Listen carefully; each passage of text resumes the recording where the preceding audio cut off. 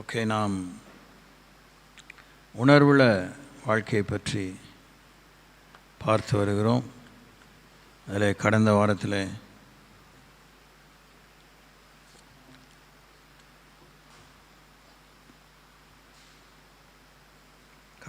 வரைக்கும் 6 குறிப்புகளை பார்த்தோம். கடந்த வாரத்தில் தேவனுக்குள்ளே பிழைத்திருக்க நமக்கு உணர்வு வேணும். அவருடைய சாட்சிகளை நாம் கவனித்து இன்று நாம்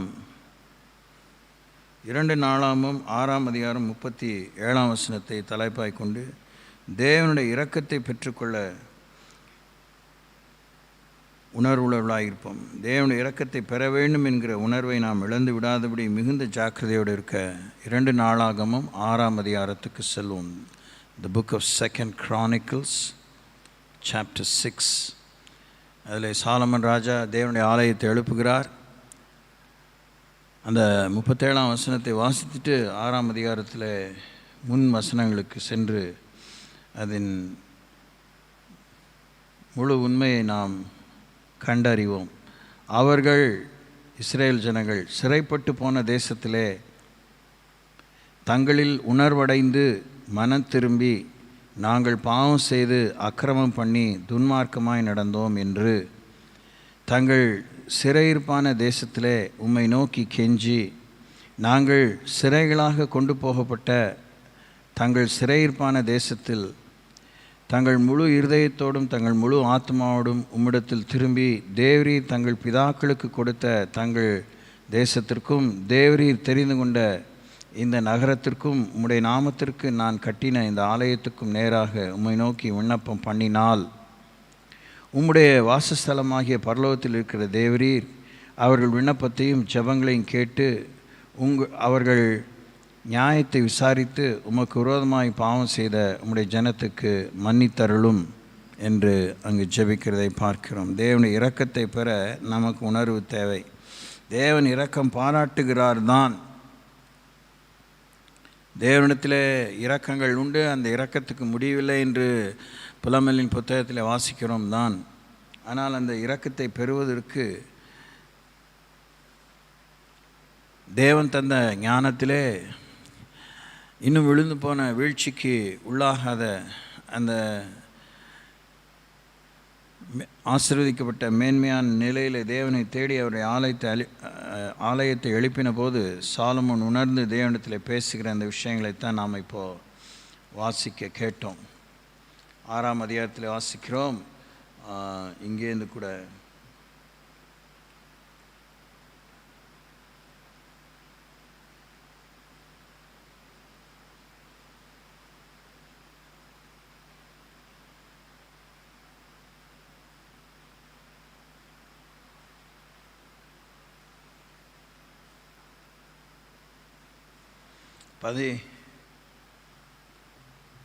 பதிமூன்றாம் வசனத்திலிருந்து 15ஆம் வசனத்தில், தேவரீர் என் தகப்பனாகி தாவீது என்னும் உமது அடியானுக்கு செய்த வாக்குத்தத்தத்தை காத்தருளினீர்.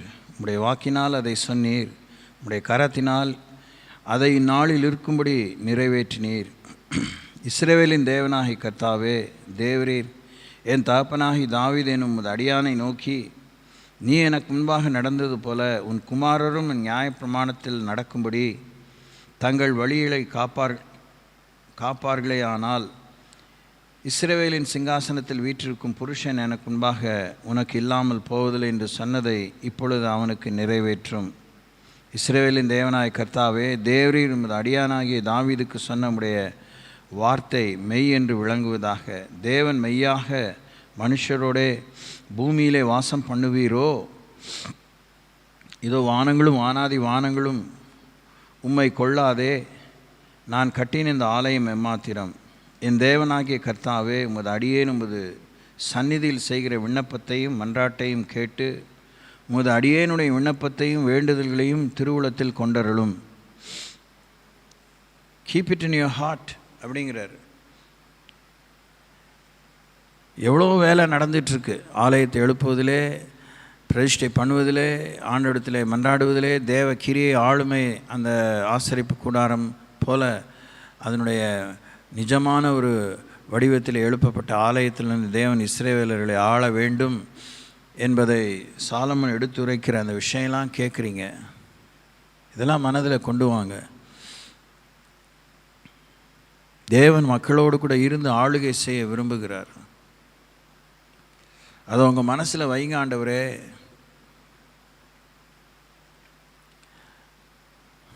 கர்த்தருக்கு சொல்லி காமிக்கல, அவரை மனதில் இடம் பிடிக்கணுங்கிறத அவர் பார்க்குறாரு. இதில் நான் இந்த முறை இதை உங்களுக்கு எடுத்து சொல்ல யோசிக்கும்போது, இதுபோல் பல சம்பவங்களை பழைய ஏற்பாட்டு முழுவதிலும் மறுபடியும் நாம் நியாயாதிபதிகள் புத்தகத்திலிருந்து இல்லை யோசுவாவின் புத்தகத்திலிருந்தே 2 நாளாம் முடிகிற வரைக்கும் பார்த்து கொண்டே இருக்கிறோம். முற்பிதாக்களை சுட்டி காண்பித்துட்டே இருக்கிறாங்க. They bring the reference of the forefathers. நமக்கு இரக்கம் கிடைக்க வேண்டிய ஒரு ஆதாரம் முற்பிதாக்களுடைய வாழ்க்கை, முற்பிதாக்களை தேவன் தெரிந்து கொள்ளுதல், அவர்களோடு தேவன் பண்ணின உடன்படிக்கை.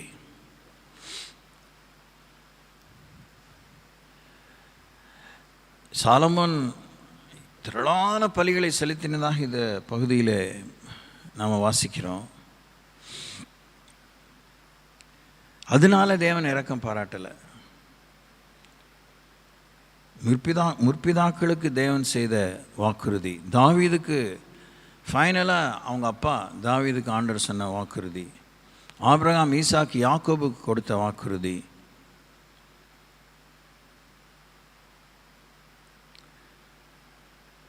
ஸோ நமக்கு கிடைக்கிற அந்த 10 படி இறக்கம் நமக்கு வேணும் அப்படின்னா, ஒவ்வொரு படியும் இல்லை ஒவ்வொரு எம்எல் இல்லைன்னா ஒவ்வொரு லிட்டர்,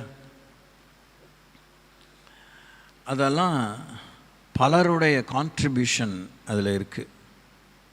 நம்முடைய ஒத்துழைப்பு ரொம்ப கம்மி தான், நம்முடைய பங்கு ரொம்ப கம்மி தான். குறிப்பாக இவெல்லாம் நினைத்து நம்ம எவ்வளோ மனத்தாழ்மைப்பட வேண்டும்,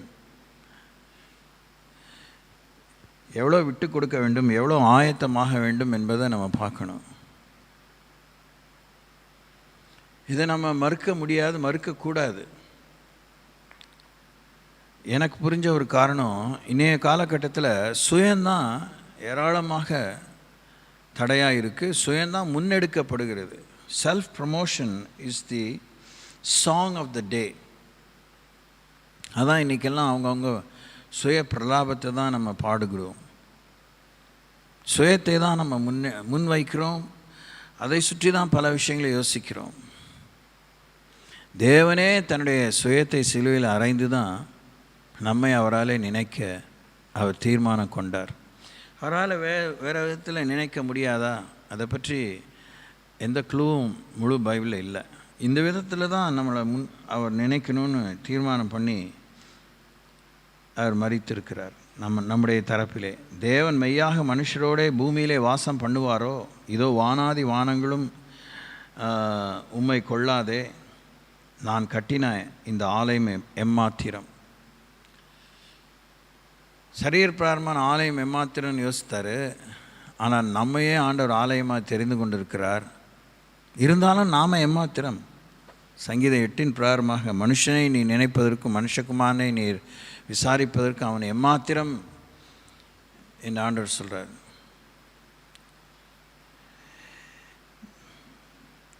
இதெல்லாம் சொல்லவே எனக்கு சில விஷயங்கள் இன்னும், அதாவது நல்ல ஒரு பாண்டித்தியத்தோடு, நல்ல ஒரு எழுச்சிமிக்க கருத்தோடு, பச்சை மரத்தில் பதிந்த ஆணியை போல் எடுத்து சொல்கிறதுக்கே எனக்கு இன்னும் கிருபையின் திறமையின் தேவை.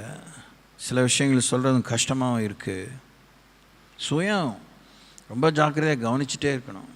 ரொம்ப நம்ம சுயத்தின் மேலே கவனமாக இருக்கணும்.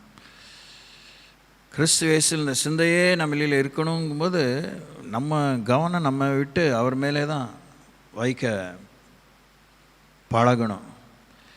சின்னதும் பெரிதுமான விஷயத்தில், எந்திரமயமாக்கப்பட்ட இந்த வாழ்க்கையில் நாம் தேவ நம்பிக்கை, தேவ உறவு, தேவ காரியம் எல்லாத்தையும் விட்டு தூரப்படுத்தப்பட்டு கொண்டே இருக்கிறோம். கர்த்தருடைய நாமத்தை சொல்லியே நல்ல காரியங்களை செய்யும்போதே அந்த நற்கிரியைகளுடைய நன்மையும் மேன்மையும் தான் நம்ம கண்ணில் பெருசாக தெரியுது. அந்த அளவுக்கு நமக்கு ஒரு நல்ல மனசை, ஒரு தெளிந்த மனசை, அந்த நேரத்துக்காவது அர்ப்பணித்த ஒரு மனசை கடவுள் கொடுத்தாரு அப்படிங்கிற அந்த ரியலைசேஷன் நமக்கு இருக்கிறது இல்லை. Suddenly those good activities take us away from the mind of Christ. ரொம்ப ஜாக்கிரதையாக இருக்க வேண்டியிருக்கு, ரொம்ப ஜாக்கிரதையாக இருக்க வேண்டியிருக்கு.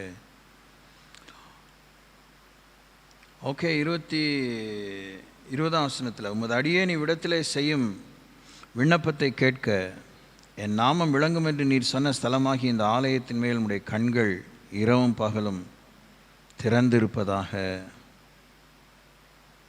உமது அடியேனும் இந்த ஸ்தலத்திலே விண்ணப்பம் செய்ய போகிற உமது ஜனமாகிய இஸ்ரவேல் பண்ணும் ஜபங்களை கேட்டருளும்.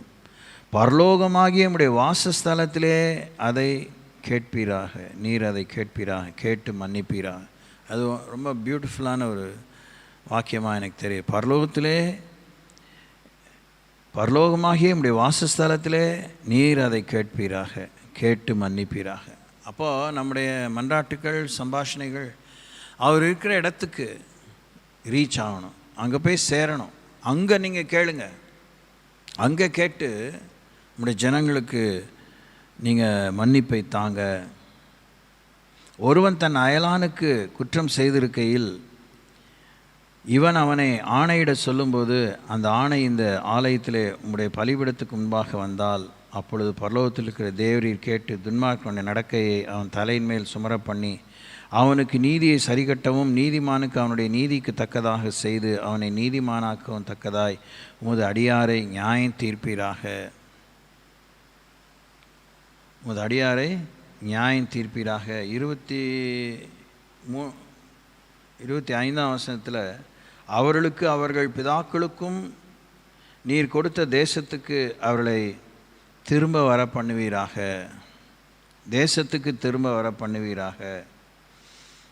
27ஆம் வசனத்தில் வாசிக்கும்போது, தேவரீர் உமது ஜனத்துக்கு சுதந்திரமாக கொடுத்த உம்முடைய தேசத்தில் மழையை கட்டளையிடுவீராக.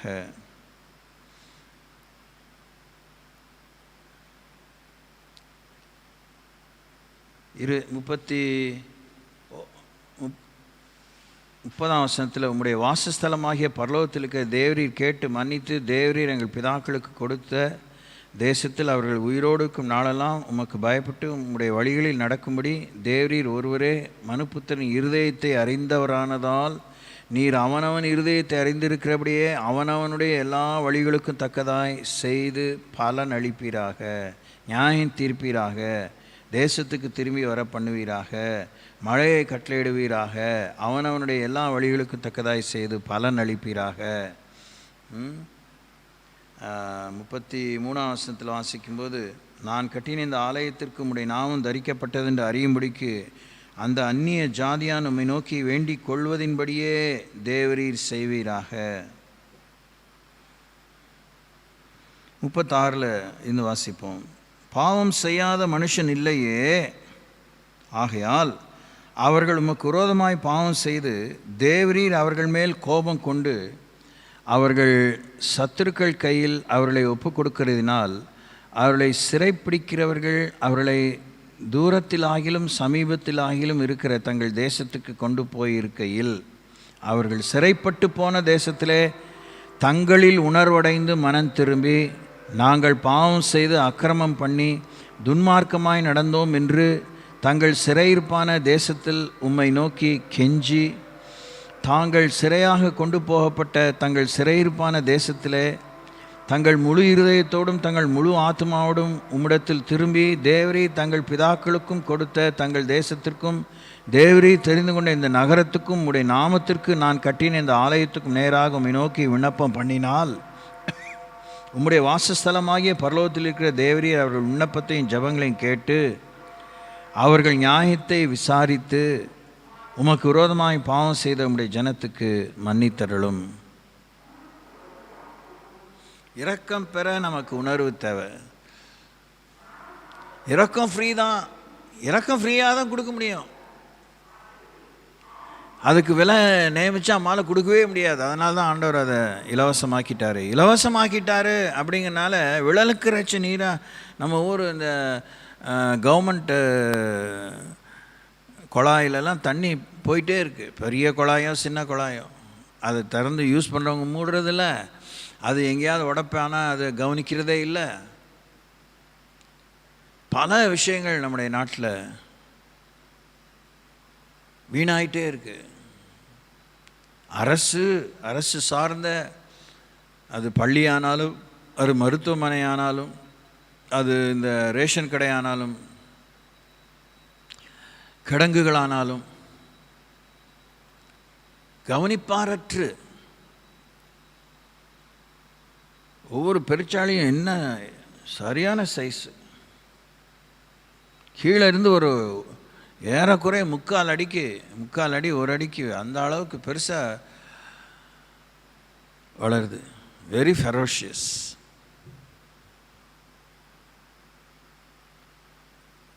சமீபத்தில் நேத்திக்கு தான் ஒரு தமிழகத்தில் ஏதோ ஒரு பகுதியில் மருத்துவமனையில் நாய்கள் பூருது, எலிகள் பூருது. அம்மா பெத்த தாயெல்லாம் பிள்ளைகளை வச்சு அந்த சில்ட்ரன்ஸ் வார்டில் பயப்படுறாங்க. இது என் பிள்ளைய கிடச்சிருமோ, இதை எடுத்துருமோ, அதை எடுத்துருமோ, இன்ஃபெக்ஷன் ஆயிருமோ.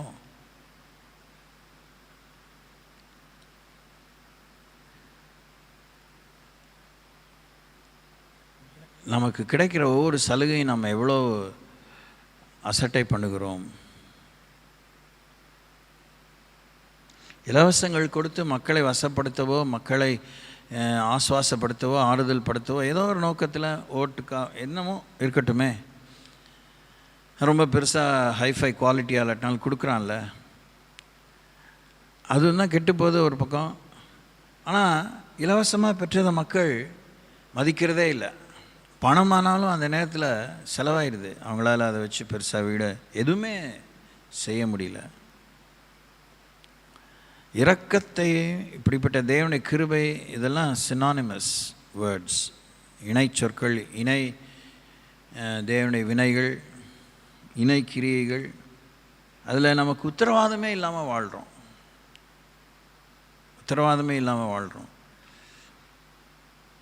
ஒவ்வொன்றுக்கும் இப்படி இப்படி செஞ்சா, இப்படி வந்தா, இந்த ஆலயத்தில் விண்ணப்பம் பண்ணினா, இப்படி பண்ணினான்னு அவருடைய ஜனங்களை குறித்து அவர் கரெக்டாக சொல்கிறாரு. ஆனால் அந்நிய ஜனங்களை பற்றி ஜெபம் பண்ணும்போது மாத்திரம் என்ன சொல்கிறாரு? அவன் கேட்குற மாதிரியே செய்யுங்க, அந்த அந்நிய ஜாதியாக நம்மை நோக்கி வேண்டிக் கொள்வதின்படியே தேவரீர் செய்வீராக. அவனுக்காக அவர் செய்கிற ஜெபம், அவன் உமக்கு பயப்பட்டு நான் கட்டின இந்த ஆலயத்துக்கு உன்னுடைய நாமம் தரிக்கப்பட்டது என்று அறிஞ்சு அவன் ஜெபம் பண்ண அவன் கேட்டதை கொடுங்கிறார். ஆனால் இஸ்ரேல் மக்களுக்கு ஜெபத்தை கேட்கும்போது பல நிபந்தனைகளை அவங்க நிறைவேற்றணும், அடிப்படை நிபந்தனைகளை நிறைவேற்றணும். அதை நிறைவேற்றினால் நீங்கள் கேட்டு நியாயம் செய்யுங்க, மழையை பெய்ய பண்ணுங்க, தேசத்தை சுதந்திரிக்க உதவி செய்யுங்க அப்படின்னு அவர் சொல்கிறத பார்க்குறோம். கல்வாரியில் இயேசு மரித்த பின்னே ஆண்டவர் நிபந்தனை இல்லாமல் நமக்கு இரக்கம் பாராட்டுகிறதாக அண்மையான காலங்களில் அந்த தீய உபதேசங்கள் வருகிறது. தேவனுடைய இரக்கங்களுக்கு முடிவில்லை என்பது எனக்கு ரொம்ப பயமாக இருக்குது. நான் கடவுள் இல்லை, கடவுளாக இருக்கும் இஷ்டப்படலைங்கிறதுல மாற்று கருத்துக்கு இடமே இல்லை. கர்த்தர் சொல்லாததை நான் சொல்லவே முடியாது, சொல்லக்கூடாது, சொல்கிறதா இல்லை. அவர் இரக்கங்களுக்கு முடிவில்லைன்னா முடிவில் தான் கொடுத்துட்டே இருப்பார் அப்படின்னு நீங்கள் நினச்சி வாழ்ந்தீங்கன்னா வாழுங்க. ஆனால் இறக்கம் நின்று போகுங்கிறதும் வேதத்தில் பார்க்குறோம். நியாய தீர்ப்பு உண்டுன்னு பார்க்குறோம், நியாய விசாரணை உண்டு. முதல்ல விசாரித்து தான் உடனே எடுத்தோன்னே ஆண்டவர் தீர்ப்பை வழங்குகிறதில்லை. இரக்கத்துக்கேற்ற ஒத்துழைப்பை, நன்றியை, சீர்திருத்தத்தை, மனம் திரும்பி வந்தாதானே சொல்கிறாரு. ஏசு கிறிஸ்து நீங்கள் மனம் திரும்பவும் வரலாம்ப்பா அப்படின்னு எங்கேயும் சொல்லலை. பாவத்தை விட்டு முத பிரசங்க வாக்கியமே மனம் திரும்புங்கள் பரலோக ராஜ்யம் சமீபமாக இருக்கிறது. மொதல் வார்த்தை மனம் திரும்புங்கள், பரலோக ராஜ்யம் சமயமாக இருக்குது. அதுக்கப்புறம் தான் தேவராஜ்யத்தை பற்றி பல காரியங்களை பற்றி இயேசு போதிக்க ஆரம்பித்தார். ஸோ இரக்கத்தை பெற நமக்கு உணர்வு தேவை. உணர்வுங்கிறத நம்ம ஏற்கனவே நிறைய பார்த்துட்டே இருக்கிறோம். பொறுப்பு, ரெஸ்பான்சிபிலிட்டி. இன்றைக்கி கூட எனக்கு கிடைச்ச அநேக தியானங்களில் அந்த பொறுப்பை தான் தேவன் அதிகமாக உணர்த்துகிறார். we are called to be responsible. பொறுப்புள்ளவர்களாக இருக்க, பொறுப்பை எடுத்துக்கொள்ள வேண்டும். பொறுப்பு துறப்பில்லை. we are not called to be disclaimers. எனக்கு தெரியாதுங்க, அப்படிங்களா, நான் கேள்விப்படலைங்க அப்படிங்கிறது பதிலாகாது. அதை தேவன் ஏற்றுக்கொள்கிறதாக இல்லை.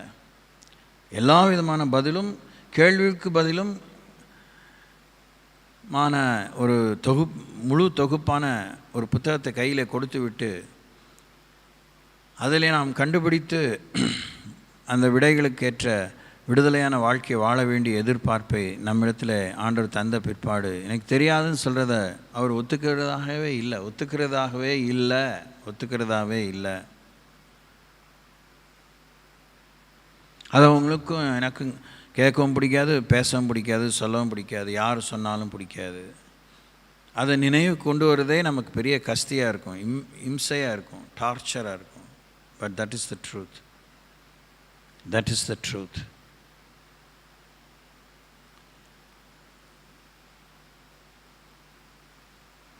ஓகே, அதிலே நம்ம உட்காந்துட வேண்டாம். அப்போஸ்தலர் நடபடிகள் இல்லை 2 வசனங்களை வாசிக்கலாம். அதெல்லாம் நீங்கள் வாசிக்கணும். I don't want to be careless.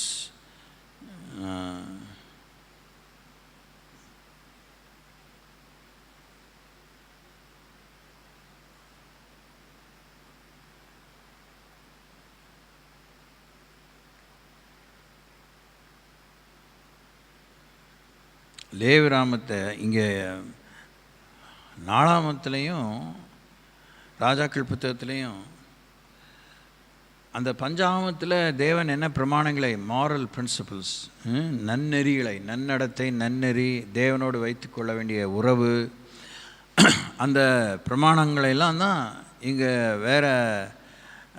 வேறு விதத்திலும் இல்லை, அவசியமாகவே அப்படியே ரெப்படேட்டிவாக திரும்பி அதையே தான் தேவன் திரும்பி அவங்களுக்கு எடுத்துரைத்து நினைவுக்கு கொண்டு வந்து ஜனங்களை சரி பண்ணுங்கிறதை நான் வாசிக்கிறோம். லேவியராமம் 26:40-45 வரைக்கும் வாசிக்கும்போது, அவர்கள் எனக்கு விரோதமாய் துரோகம் பண்ணி நடப்பித்த தங்கள் அக்கிரமத்தையும் தங்கள் பிதாக்களின் அக்கிரமத்தையும் அறிக்கை இடுவதும் அன்றி, அவர்கள் எனக்கு எதிர்த்து நடந்தபடினால் நானும் அவர்களுக்கு எதிர்த்து நடந்து அவருடைய சத்துருக்களின் தேசத்திலே அவர்களை கொண்டு போய் விட்டதையும் அறிக்கையிட்டு. எல்லாம் கவனிக்கிறீங்களா? கவனிக்கணும். கர்த்தருடைய கிரியை நம்ம வாழ்க்கையில் நடந்துகிட்டே இருக்கு. It's happening for good and bad. Bad in the sense நம்மை சீர்திருத்துவதிலே, நம்மை திருப்பி கொண்டு வருவதிலே, நம்மை மறுசீரமைப்பதிலே தேவனுடைய ஈடுபாடு இருந்துகிட்டே இருக்குது. எங்களோடு இடைப்படும் ஓயாமல் கேட்குறோம். அவர் இடைப்படாமல் இல்லை.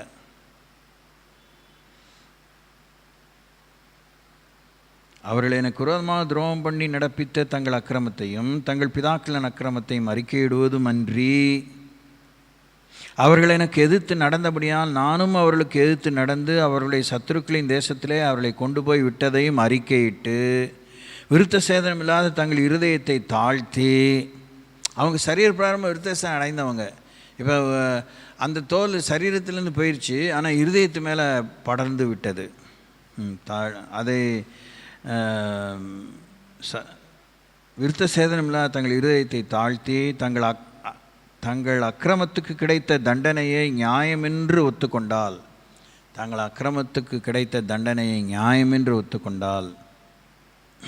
நான் யாக்கோபோடே பண்ணின என் உடன்படிக்கையையும் ஈசாக்கோடே பண்ணின என் உடன்படிக்கையையும் ஆபிரகாமோடே பண்ணின என் உடன்படிக்கையையும் நினைப்பேன், தேசத்தையும் நினைப்பேன்.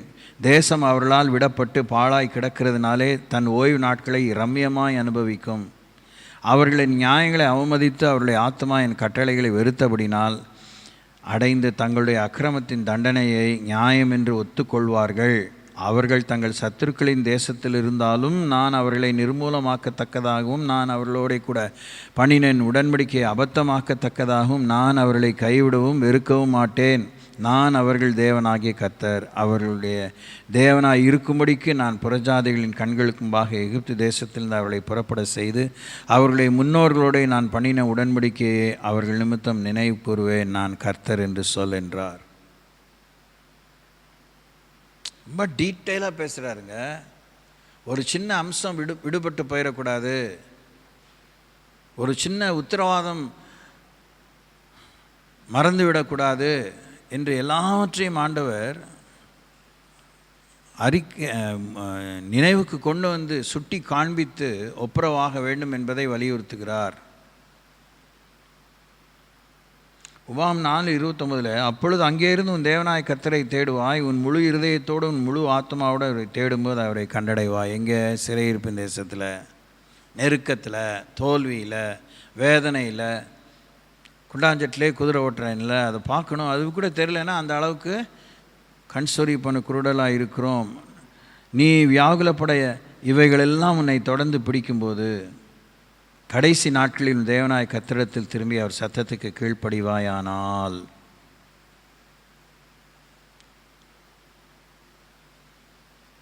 டைம் கொடுக்குறாரு.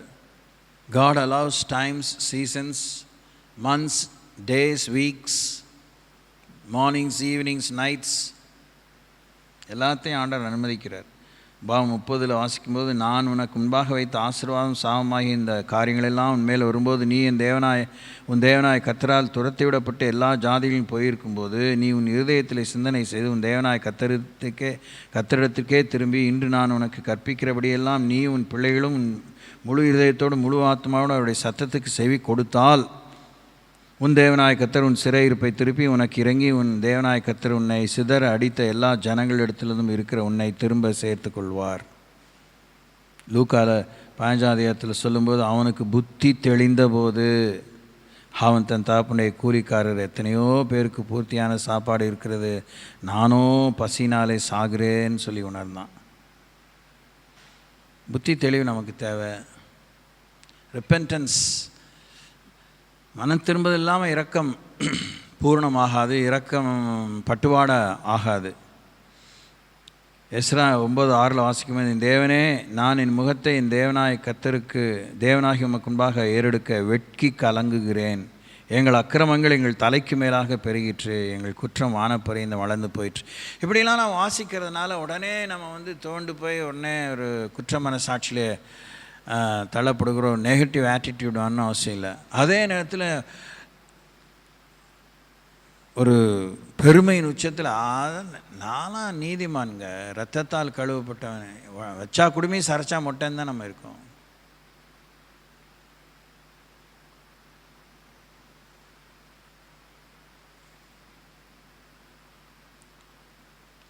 அந்த ஆல்ஃபாவில் கிளாஸ் நடத்தும்போது ஹீலிங் தான் ஹீலிங்கும் சபையை பற்றி தான் கடைசி 2 வார பாடங்கள் நடத்தும்போது, ஆண்டவர் உங்களை சுகப்படுத்துவாரா நம்புறீங்களா? ஆம் என்றால் ஏன், எப்படி? இல்லை என்றால் ஏன் சுகமாக்க மாட்டார் அப்படிங்கிறதையும் பதில் சொல்லுங்கன்னு ஒரே கேள்வியில் 2 கேள்வி இந்த ஒரு காரியத்தை கேட்குறோம். அப்போ நம்ம இந்த விஷயத்தை நாம் பாவம் செய்யலை, நீதிமான் ஆக்கப்பட்டிருக்கோம், இரத்தத்தால் கழுவப்பட்டிருக்கோம்னா ஏன் ஜெயம் இல்லை, ஏன் வெற்றி இல்லை, ஏன் முன்னேற்றம் இல்லை, ஏன் பாடுகளை சகிக்கலை, ஏன் பாடுகள் மத்தியில் பரமனின் மகிமையை காணலை?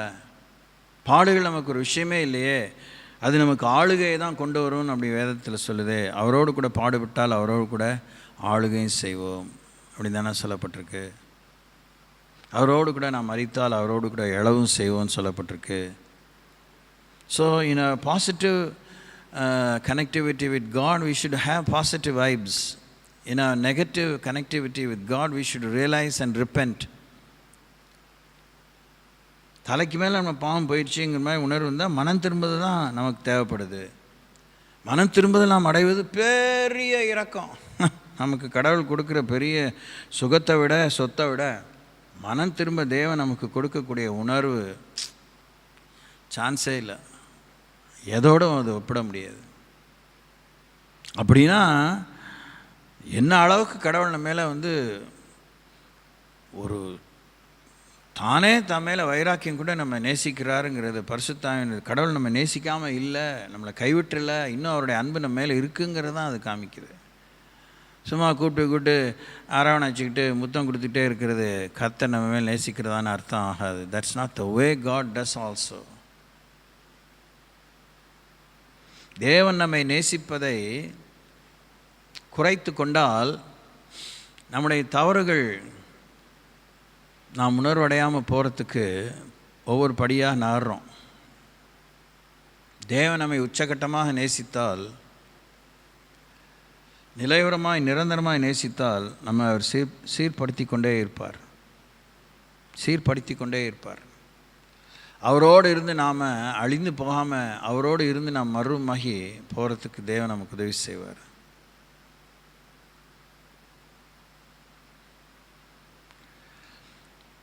எங்கள் பிதாக்களின் நாட்கள் முதல் இந்நாள் மட்டும் நாங்கள் பெரிய குற்றத்துக்குள்ளாக இருக்கிறோம். எங்கள் அக்கிரமங்களும் தான் நாங்களும் எங்கள் ராஜாக்களும் எங்கள் ஆசாரிகள் நாளில் இருக்கிற போல அந்நிய தேச ராஜாக்களின் கையிலே பட்டயத்துக்கும் சிறையிருப்புக்கும் கொள்ளைக்கும் வெட்கத்துக்கும் ஒப்புக் கொடுக்கப்பட்டோம். உமது அடியாராகிய இஸ்ரேல் புத்தருக்காக இன்று இரவும் பகலும் உமக்கும்பாக மன்றாடி, இஸ்ரேல் புத்தராய் நாங்கள் உமக்கு விரோதமாக செய்த பாவங்களை அறிக்கையிடுகிற அடியனுடைய ஜெபத்தை கேட்கிறதுக்கு உடைய செவி கவனித்தும் உடைய கண்கள் திறந்தும் இருப்பதாக நானும் என் தகப்பன் வீட்டாரும் பாவம் செய்தோம். நெகேமியா சொல்கிறாரு.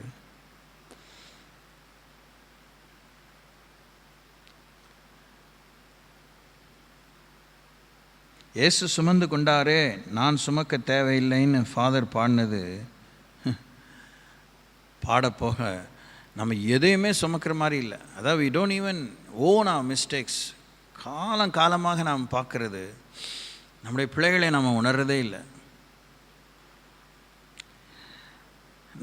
நாம் உணர்றதே இல்லை. இன்னொருத்தரோட ஒப்பிடும்போது அதெல்லாம் ஒரு பிழையே இல்லை, அதோட நான் பெட்டர் தான், இவனோட நான் பெட்டர் தான், இதெல்லாம் பெருசாக இதோட மோசமாலாம் நடந்துக்கிறாங்க அப்படின்னு தான் நம்ம நினைக்கிறோம். நம்முடைய பிழை நம்முடைய நித்தியத்துக்கு ஒல வைக்கும், பரிசுத்தத்தை பங்கப்படுத்தும், தீட்டுப்படுத்தும், தேவ கோபத்தை வருவிக்க காரணமாகுங்கிற பொறுப்பே நமக்கு இல்லை, பொறுப்புணர்வே நமக்கு இல்லை. நான் ஒன்றும் காயினை போல இல்லை, நான் ஒன்றும் யூதாஸை போல இல்லை, நான் ஒன்றும் அவனை போல இல்லை, இவனை போல இல்லைன்னு யோசிக்கிறது தான் மகா பெரிய தப்பு. தேவன் யாரை போல நம்ம பார்க்கறது இல்லை, நாம தான் பார்க்குறாரு.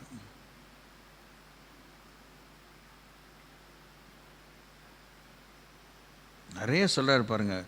நெகேமியா புஸ்தகத்தில் 9ஆம் அதிகாரம் 26லேருந்து 30 வரைக்கும் அவ்வளோ விஷயத்தை அவர் சொல்லி பாருங்கள், வாசித்தா நல்லாயிருக்கும். அது பயங்கரமான சில வருஷங்கள். இதெல்லாம் நீங்கள் நேரம் எடுத்து வாசிப்பீங்களா எனக்கு தெரியல. ஆனாலும் அவர்கள் கீழ்ப்படியாதவர்களாகி உமக்கு விரோதமாய் கலகம் பண்ணி உம்முடைய நியாயப்பிரமாணத்தை தங்களுக்கு புறம்பே தள்ளிவிட்டு தங்களை உம்மிடத்தில் திருப்பும்படி அவர்களை திடசாட்சியாய் கடிந்து கொண்ட உம்முடைய தீர்க்கதரிசிகளை கொன்று போட்டு கோபம் மூட்டுகிற பெரிய அக்கிரமங்களை செய்தார்கள். ஆகையால் அவர்களை நெருக்குகிற அவர்கள் சத்துருக்களின் கையில் அவர்களை ஒப்பு கொடுத்தீர்.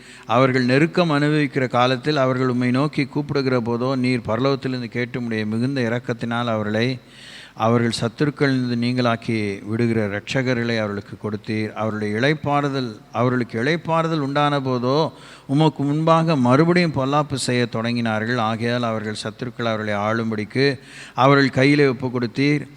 அவர்கள் மனம் திரும்பியை நோக்கி கூப்பிட்ட போதோ நீர் பரலோகத்திலிருந்து கேட்டு அவர்களை உம்முடைய இரக்கங்களின்படியே அநேகந்தரம் விடுதலையாக்கிவிட்டீர். அவர்களை உம்முடைய நியாயப்பிரமாணத்துக்கு திருப்ப அவர்களை திட சாட்சியாக கடிந்து கொண்டீர்.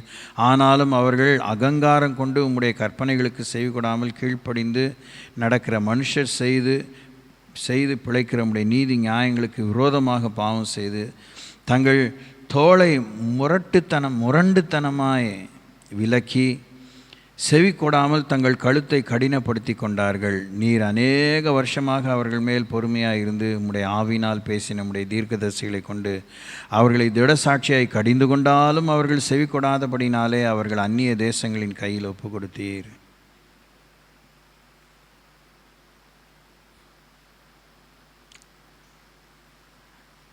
நம்ம அப்படி தான் யோசிக்கிறோம்ல.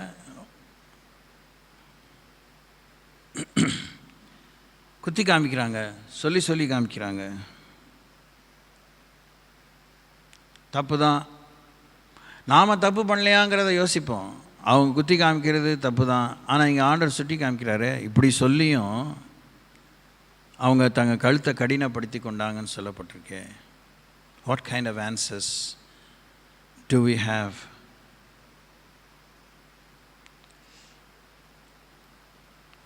யோபு சொல்கிறார், அவர் மனுஷரை நோக்கி பார்த்து, நான் பாவம் செய்து செம்மையானதை புரட்டினேன், அது எனக்கு பிரயோஜனமாக இருக்கவில்லை. என் ஆத்மா படுகொலியில் இறங்காதபடி அவர் அதை ரட்சிப்பார், ஆகையால் என் பிராணன் வெளிச்சத்தை காணும் என்று சொல்லுவான்.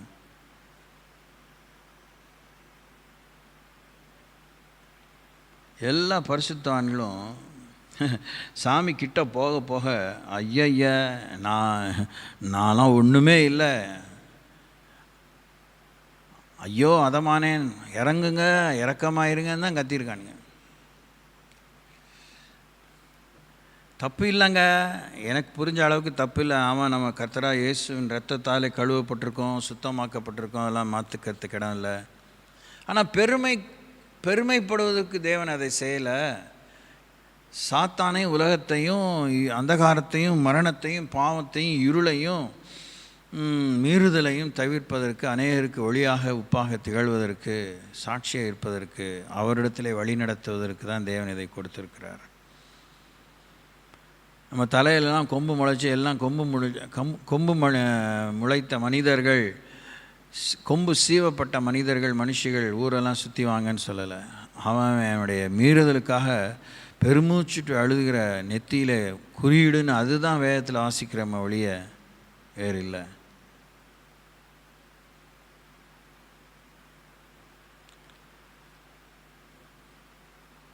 இரண்டொரு பெண்களுடைய சாட்சிகளை கேட்டேன். உலக பிரகாரமான பெண்கள், ரொம்ப பெரிய சம்பாத்தியம். எனக்கு சரியாக ஞாபகம் இருந்தது உண்மையானால், கிட்டத்தட்ட மாதம் 5 லட்ச ரூபா சம்பாதிக்கிற சம்பாத்தியத்தை வேண்டான்னுட்டு மக்களுக்கு சேவை செய்யணும்னு சொல்லி ஏதோ ஒரு வயசில் அந்த காசுலாம் நல்லா பார்த்துட்டு, நான் ஐஏஎஸ் ஆகணும், நான் ஒரு கலெக்டர் ஆகணும்னு சொல்லி ஒரு பெண். அதே மாதிரி இன்னொரு பெண், அவளும் ஐஏஎஸ்.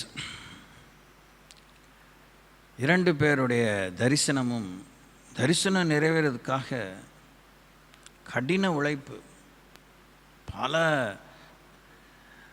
ஒழுங்குகள், கட்டுப்பாடுகளோடு ஒரு வெறியாக படித்து ஐஏஎஸ் ஆகி அவங்கள போஸ்ட் பண்ண இடத்துல எங்கெல்லாம் அவங்களுக்கு அந்த வேலையை கொடுத்தாங்களோ, இன்னைய வரைக்கும் அவங்க அப்பளுக்கற்ற ஒரு இவ்வளோ பயங்கர ஊழல் நிறைந்த ஆட்சியின் மத்தியில் ரொம்ப கரெக்டாக வேலை செய்கிறாங்க. போகிற இடத்துலலாம் ஜனங்க அவங்க இது வரைக்கும் 2 முறை தான் அவங்க என்ன சொல்லுது ட்ரான்ஸ்ஃபர் ஆகியிருக்காங்க. அது அவங்களுடைய எஃபிஷியன்சி நிமித்தம். அவங்க இவ்வளோ திறமையாக செய்கிறாங்களே, அந்த திறமை இந்த இடத்துல ரொம்ப பின்தங்கியதாக இருக்குது, இதை கொஞ்சம் லிஃப்ட் பண்ணணும் இந்த இடத்த, இந்த மக்களை அப்படிங்கிற இடத்துல ட்ரான்ஸ்ஃபர் பண்ணியிருக்காங்க. எந்த ஒரு ஊர்லேருந்து அவங்க கிளம்புறதுக்கு முன்னாடி ஊரே திரண்டு வாசலை போட்டு அடைக்கிற மாதிரி வேண்டான்னு சொல்லியிருக்காங்க. பல சமரசங்களுக்கு பின்னே அவங்க ட்ரான்ஸ்ஃபர் ஆகியிருக்கிறாங்க.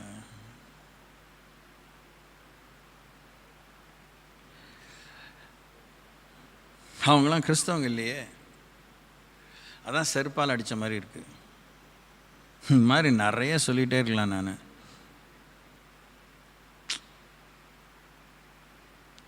நமக்கு தெரியல, அது சுடுகாயம் உண்டாகி அது கொதிக்கிற ரணமும் சீழ் பிதுக்கிற மாதிரி ஒரு சூடு சாமி வச்சா கூட நமக்கு சூடு சொரணை வருமா, மானம் வெக்கம் வருமா, நன்றி வருமா, உணர்வு வருமாங்கிறது மகா துக்கமாக யோசிக்க வேண்டியிருக்கு. அவங்களாம் நல்ல மாட்டுக்கு ஒரு சூடு, நல்ல பிள்ளைக்கு ஒரு சொல்லு அப்படின்னு தாங்களே சவால்களை சந்தித்து சவாலாக வாழ்க்கையை மாற்றிக்கொண்டு வாழ்கிறாங்களே, அவங்களுக்கு நித்திய ஜீவனை பற்றி என்ன தெரியும்? எனக்கு தெரியாது. பொது அறிவிலே கேள்விப்பட்டிருப்பாங்க, இயேசுனவத்தை இருக்கார் எல்லாம் சொல்கிறாங்க.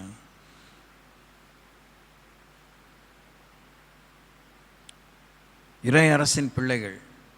சபை தான் ஒரு அரசாங்கம். A local church is a government. எங்கு 2 அல்லது 3 பேர் நாமத்தினாலே கூடியிருக்கலாம், மத்தியிலே மெய்யாவே இருக்கு, அது கவர்மெண்ட்டு. உங்கள் வீடு ஒரு கவர்மெண்ட், டிவைன் கவர்மெண்ட், இறை அரசு. உங்கள் வீட்டில் இறை அரசு நடக்குதா? ஆட்சி பிதா குமாரன் பரிசுத்த ஆட்சி செய்கிறாரா? தேவ தூதர்கள் ஒத்தாசையாக இருக்கிறாங்களா? நீங்கள் தேவ ராஜ்யத்தின் பிரஜைகளாக வாழ்கிறீங்களா? குடும்ப அளவில் நீங்கள் விளக்கு தண்ணி மேல்க்க விளக்காக மலை மேல்க்க பட்டணமாக இருக்கிறீங்களா? அதுக்கு தான் தேவன் இரக்கம் பாராட்டுகிறார். இத்தனைக்கு இந்த 2 பெண்களும் ஒரு பைசா, ஒரு தம்படி கூட அவங்க லஞ்சம் கொடுக்காம ஃபுல் மெரிட். 100 மார்க்னா 100 மார்க். அவனால் முடியாதுன்னு சொல்லவே முடியாது.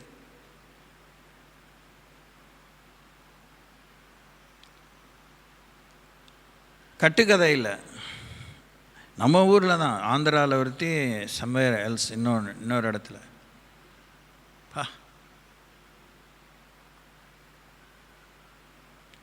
எரேமியாவில் வாசிக்கிறோம், நீ போய் வடதிசையை நோக்கி கூற வேண்டிய வார்த்தைகள் என்னவென்றால், சீர்கெட்ட இஸ்ரவேலே திரும்பு என்று கர்த்தர் சொல்லுகிறார். நான் உங்கள் மேல் என் கோபத்தை இறங்க பண்ணுவதில்லை.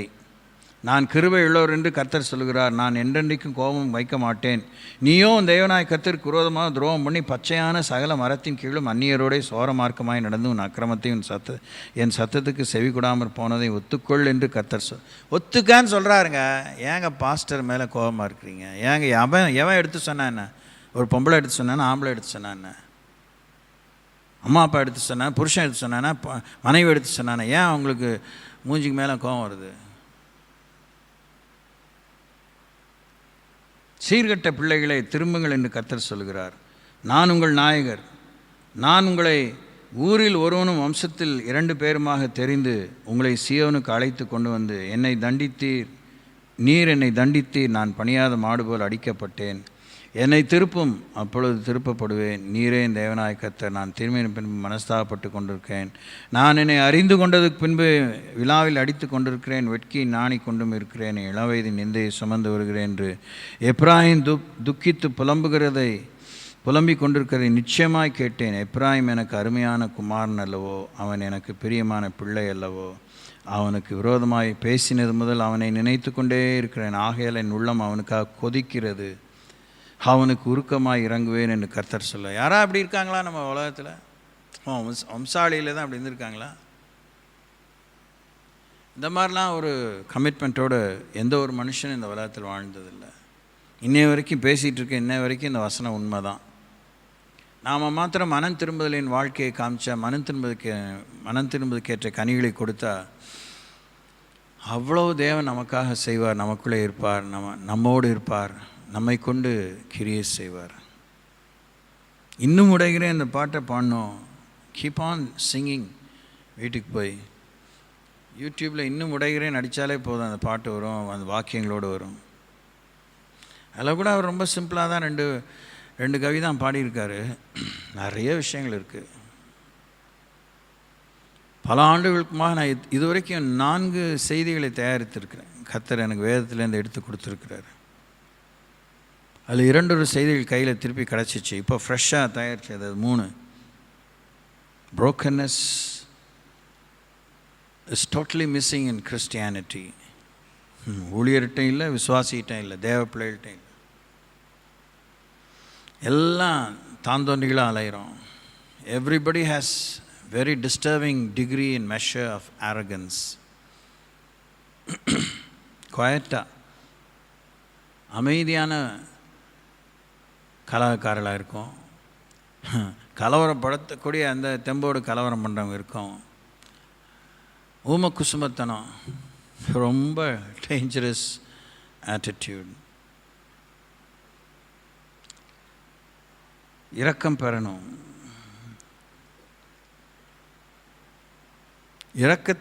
இரக்கத்தை பெற்ற அளவுக்கு வாழ்க்கையில் திருப்பம் காணணும், முன்னேற்றம் காணணும், விடுதலை காணணும்.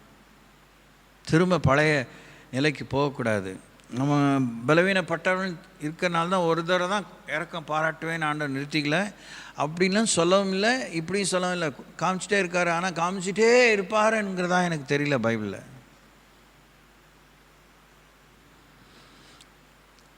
ஏன்னா திருப்பி இப்போ இது வரைக்கும் வாசித்த இடத்துல எல்லாம் அப்பப்போ குறுக்கிட்டு சுழுக்க எடுத்து விட்டுருக்காரு. தான் தொட்டா அடித்தா காலி ஆயிடுவான்ட்டு அந்நிய ஜனங்க கையில் ஒப்பு கொடுத்துருக்காரு.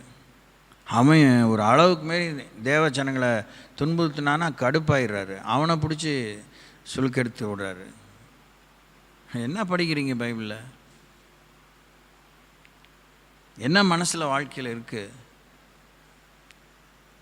உங்கள் வாழ்க்கையே நீங்கள் இன்னுமே நிர்வாகம் பண்ண வாங்க. நீங்கள் அடுத்தவங்களுக்கெல்லாம் ஒன்றும் தூக்கி நிறுத்த வேண்டாம். உங்கள் வாழ்க்கையை இன்னும் என்ன அளவுக்கு நீங்கள் வளர்ந்துருக்கணும், என்ன அளவுக்கு முன்னேறி இருக்கணும், என்ன அளவுக்கு உங்களால் நன்மைகள் உண்டாகணும், தேவ சித்தம் நிறைவேறணும்.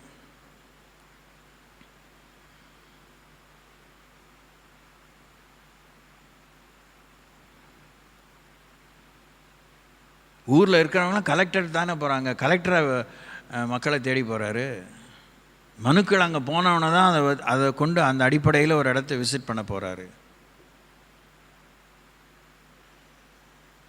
கர்மேலில் இருக்கிற இறைவாக்கினர்கள் போல தான் உங்ககிட்ட கடவுளோட வார்த்தை இருக்கும், என்கிட்ட கடவுளோட வார்த்தை இருக்கணும்.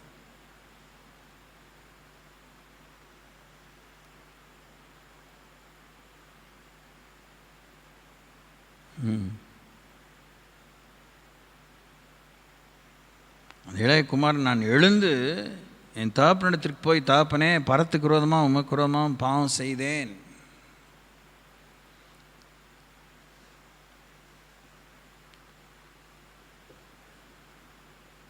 நம்ம செய்கிற ஒவ்வொரு தவறும் நமக்கு மாத்திரம்தான் பாதிக்குது. அது என்னோட போச்சுங்க, என்னோட போகட்டும் அப்படிலாம் பேசிக்கிறோம்ல. அப்படிலாம் கிடையாது. நம்மோடு போகிறது போகும். அந்த அளவுக்கு நம்ம செய்கிற தப்பு இன்னொருத்தரை பாதிக்குது, இன்னும் ஒருத்தரையாவது பாதிக்குது, பலரை பாதிக்காட்டினாலும். அதுக்கு என்ன பதில் சொல்லுவோம்? ஏன் அவன் என்ன ஏன் பார்க்கணும்? அவனுக்குன்னு புத்தி இருக்குல்ல. இப்படி தானே பேசுகிறோம். அவன் கடவுளை பார்த்து வாழ வேண்டியது தானே. இப்படி தானே பேசுகிறோம். எல்லாம் இயேசுவை பார்த்து வாழுங்க தானே சொல்கிறோம். என்ன பார்க்காதீங்க. we want to play safe இல்லை?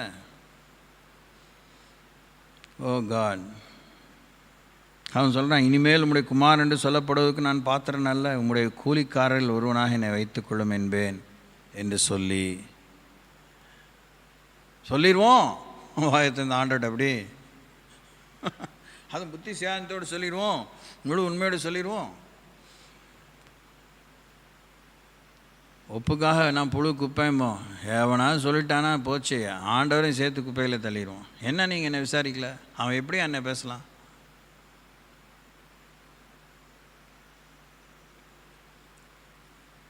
நம்முடைய அழைப்பு மேன்மையானது. நாம் கிரயத்து கொள்ளப்பட்டிருக்கோம்.